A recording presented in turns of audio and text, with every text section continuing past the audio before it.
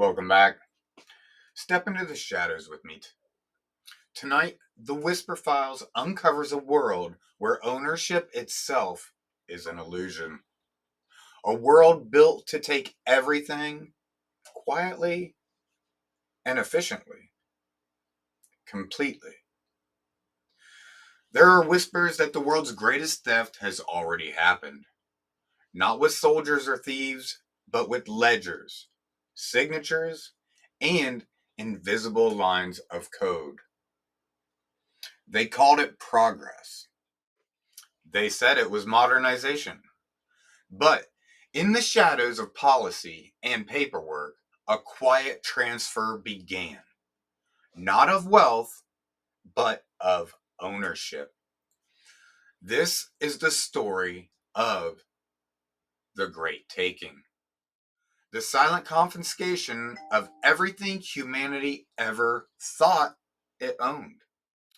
In the ashes of World War II, as nations rebuilt and blood still dried on stone, a new world order was written. Not in treaties, but in balance sheets.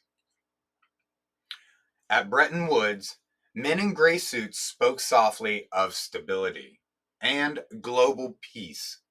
But beneath their words was an unspoken goal to build a system that could never collapse, only transfer its pain downward. The central banks rose from those ashes like modern temples of faith. The currencies they issued were promises, backed not by gold, but by the belief that governments could not fail. Then, in 1971, gold was abandoned.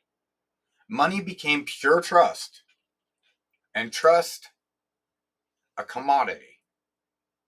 From that moment, the seeds of the Great Taking were planted. Every loan became collateral. Every mortgage became a claim on something you thought you owned.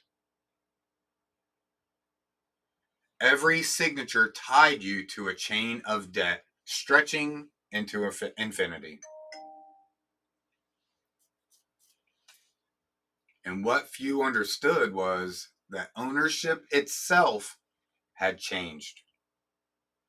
Possession no longer mattered. Contracts did. The title in your hand meant nothing if it was already pledged upstream, buried inside a labyrinth of rehypothecation, derivatives, and custodial trusts. And the system smiled because it knew that one day, when the collapse came, everything pledged as collateral would belong to it. And now we enter the age of seizure. The 21st century began with optimism and ended in quiet confiscation. When Russia invaded Ukraine, the world saw tanks and smoke. But behind the gunfire, another war had begun. The war for control of assets. Billions vanished overnight. Accounts were frozen. Private fortunes were erased. And it wasn't by the enemies. It was by their own governments, seizing their hard-earned money to put towards their own war machine. In Moscow, citizens woke up to find their savings repurposed for the homeland. In Europe and America, Russian wealth was seized for justice. Two sides, same method. Proof that in a globalized system, no one truly owns anything.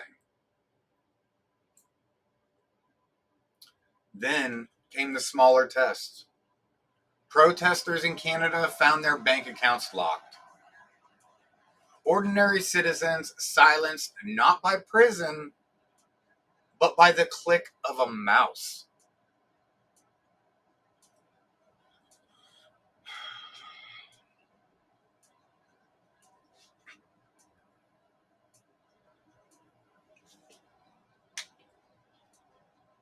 Every major war since then has deepened the cycle. Ukraine, Gaza, whispers of Taiwan, each conflict pushing nations further into debt, each collapse tightening the digital leash. When money bleeds, control grows. Inflation becomes the tax no one voted for. And in the background, the custodians rewrite the rules.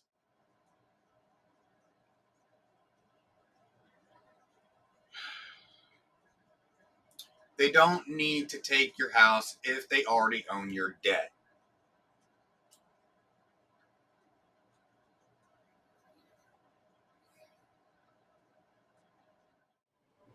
We've ended up all being put in a digital cage. And then came the solution, or so they called it: central bank digital currencies. A system where every transaction could be instant, efficient, traceable. They thought it would fight corruption. They said it would protect you.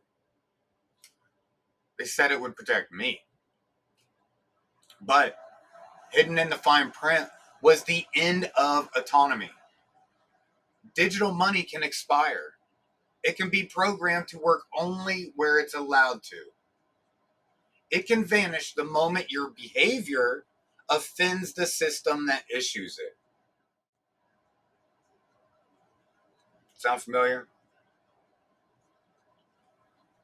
The prisons of tomorrow will have no bars, only terms of service. Which honestly, how many of us read all those? You almost have to be a lawyer to even understand them. Kind of like we're being set up to fail. How many stupid little apps and games on your phone do you just click accept the terms and conditions without even reading it? In China, they're already implementing it. They call it social credit. In the West, they call it safety. Different words for the same design. While the world watched wars on the ground, the architects of finance built a single global ledger in the clouds. A perfect record, a perfect control mechanism designed as convenience. And the people cheered because the cage was shiny and new, and the lock was invisible. But somewhere inside the hum of servers and the rhythm of code, our warning lingers. When money stops being yours, freedom becomes a rental.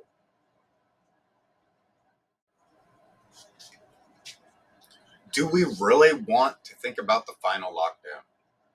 There will be a moment, perhaps tomorrow, perhaps years from now, when the markets will shudder and the lights will flicker.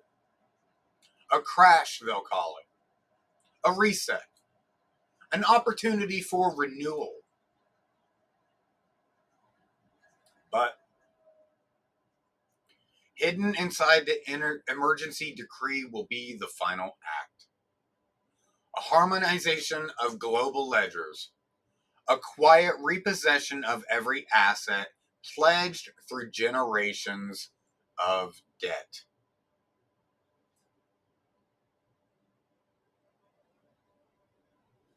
Your land, your retirement, your identity. Transferred, not stolen, signed away by systems designed to protect it.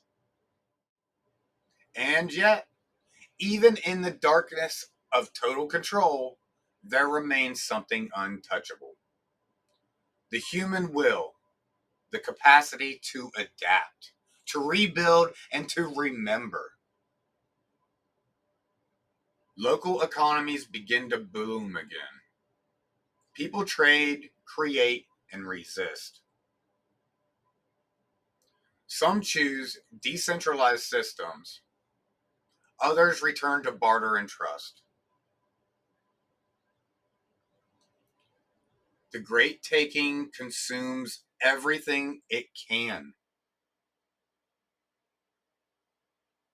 but it cannot digest human spirit. Because the true wealth of humanity is not measured in ledgers or coins, but in the fire that refuses to be owned.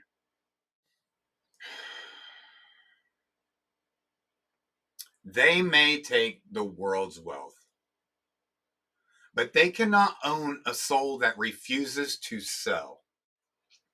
Thanks, everyone. You've been listening to The Whisper Files. The shadow whispers louder when no one's listening.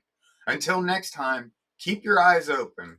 Make sure you like and subscribe. Hit that notification bell so you know when we put out something new. And share with anybody you think might enjoy this. Thanks.